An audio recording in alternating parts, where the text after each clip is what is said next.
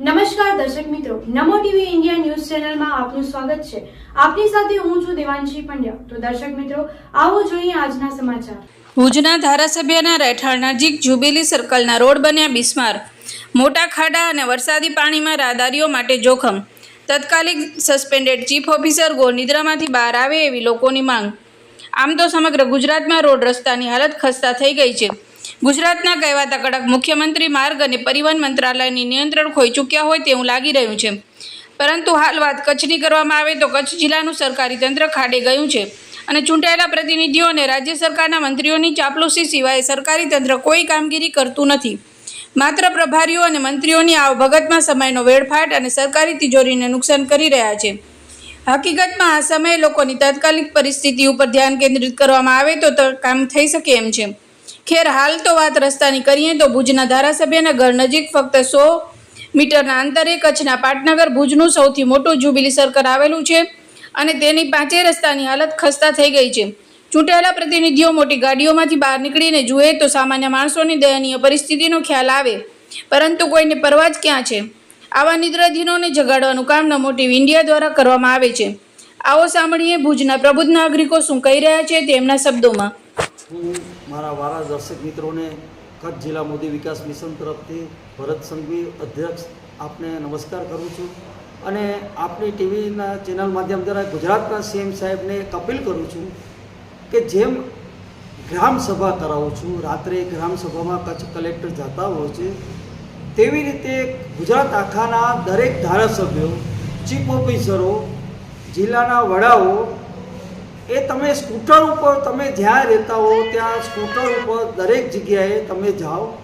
Chief officer નગરપાલિકા હો તો ચીફ ઓફિસર, ગ્રામ પંચાયત હો તલાટી, ગ્રામ સેવક, એ દરેકને એક જવાબદારી આપો જેનાથી પર્ટિક્યુલર શું તકલીફ છે, જે વ્યક્તિને તકલીફ પડે ને એ તકલીફ એને ખ્યાલ આવે કે આ સાચી તકલીફ છે। આજે મીડિયામાં આવે કે વરસાદ પડવાથી રોડ રસ્તા તૂટી ગયા, રોડ રસ્તા નથી તૂટી ગયા, ભ્રષ્ટાચાર રૂપી કામથી રોડ રસ્તા જો ભગવાન તો આપણા કુદરતે અપ્રિય કહેવાય ને અદ્ભુત મહેરબાની કરે છે કે આપણે આટલો સારો વરસાદ આપે છે અને આપણે એમ કહે છે કે રોડ રસ્તા વરસાદથી નથી તૂટી ગયા, આ ભ્રષ્ટાચાર રૂપી કામોથી તૂટી ગયા છે। આ ભ્રષ્ટાચાર રૂપી ડામરના કામો હાલ તો મને એવું કે આપણે નામ આપીએ છીએ ડામર રોડ, પણ જે વર્ષો પહેલાં જે ડામરનું કામ થતું હતું ને અત્યારના ડામરના કામમાં કેમિકલવાળું કંઈક વપરાતું હોય છે કે એટલે કાંકરીનું મજબૂત જોડાણ રહેતું નથી।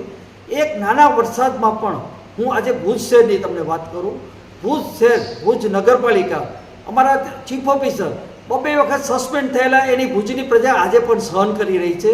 એને કોણ બચાવે છે સીએમ સાહેબને ખબર હશે। ગુજરાતના કડક સીએમ સાહેબને વિનંતી કરું, સાહેબ તમે પણ તમારા વિસ્તારમાં સ્કૂટર ઉપર નીકળો અને દરેક ધારાસભ્યને કહો કે તમે સ્કૂટર ઉપર નીકળો, લોકોને શું તકલીફ છે, કેવા રસ્તા ખાડા છે, કેટલા તમારા હાડકા માગે છે, અને બની શકે તો ધારાસભ્ય એના પરિવારને પણ ભેગા ફરાવે કે પરિવારને ખબર પડે કે કેટલી તકલીફ છે અમારા ધારાસભ્યના લીધે, એ શું કરી રહ્યા છે, તો જ દેશનો સારો વહીવટ થશે અને ગલી ગલી ફરશે તો ખબર પડશે કેટલો ભ્રષ્ટાચાર અમારો થાય છે અને એનાથી પણ લોકોમાં જાગૃતિ આવશે। ના, કડક સીએમ સાહેબ કડક કામ કરી રહ્યા છે।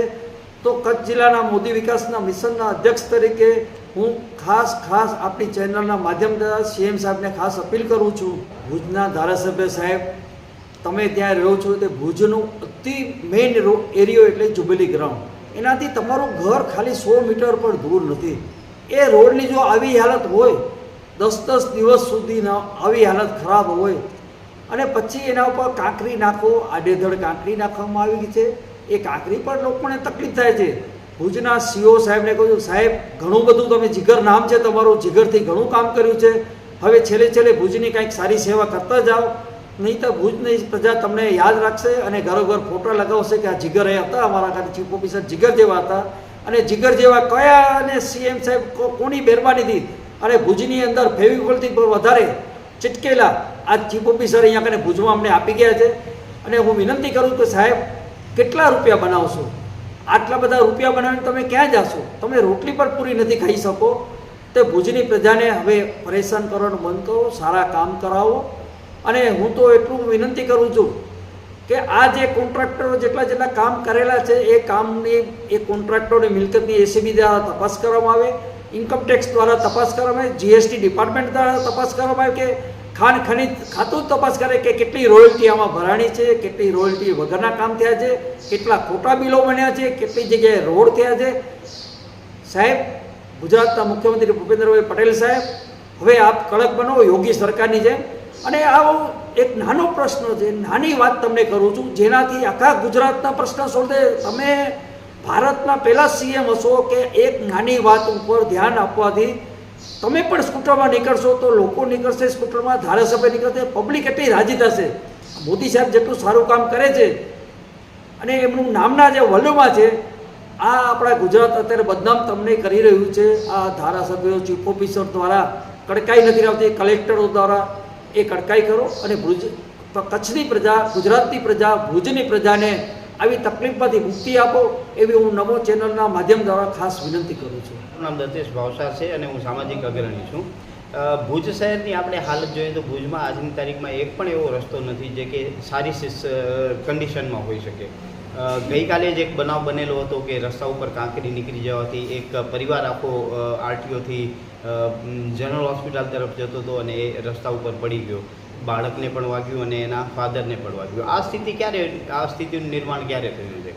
આ રસ્તાઓ હજી ગયા વર્ષે જ બનેલા રસ્તાઓ છે અને જો આ બિસ્માર બની જાય તો ભુજના લોકોની સ્થિતિ કેવી થાય એ આપણે વિચારી શકીએ છીએ. બહુ અગત્યનો પ્રશ્ન છે કે જ્યાં ભુજના ધારાસભ્ય રહે છે એનાથી 100 મીટર દૂર જે જ્યુબિલી સર્કલ છે એ જ્યુબિલી સર્કલના 5 રસ્તાઓ બિસ્માર બન્યા છે. એ પણ આપના ધ્યાનમાં હશે કે 1-2 વર્ષ પહેલે જ બનેલા છે. જો ભ્રષ્ટાચાર આટલી હદે થતો હોય અને લોકોને ભોગવવાનો વારો આવતો હોય તો આપણા રાજકીય પ્રતિનિધિ અને જેની જવાબદારી છે એવા મુખ્ય અધિકારી શું કરે છે?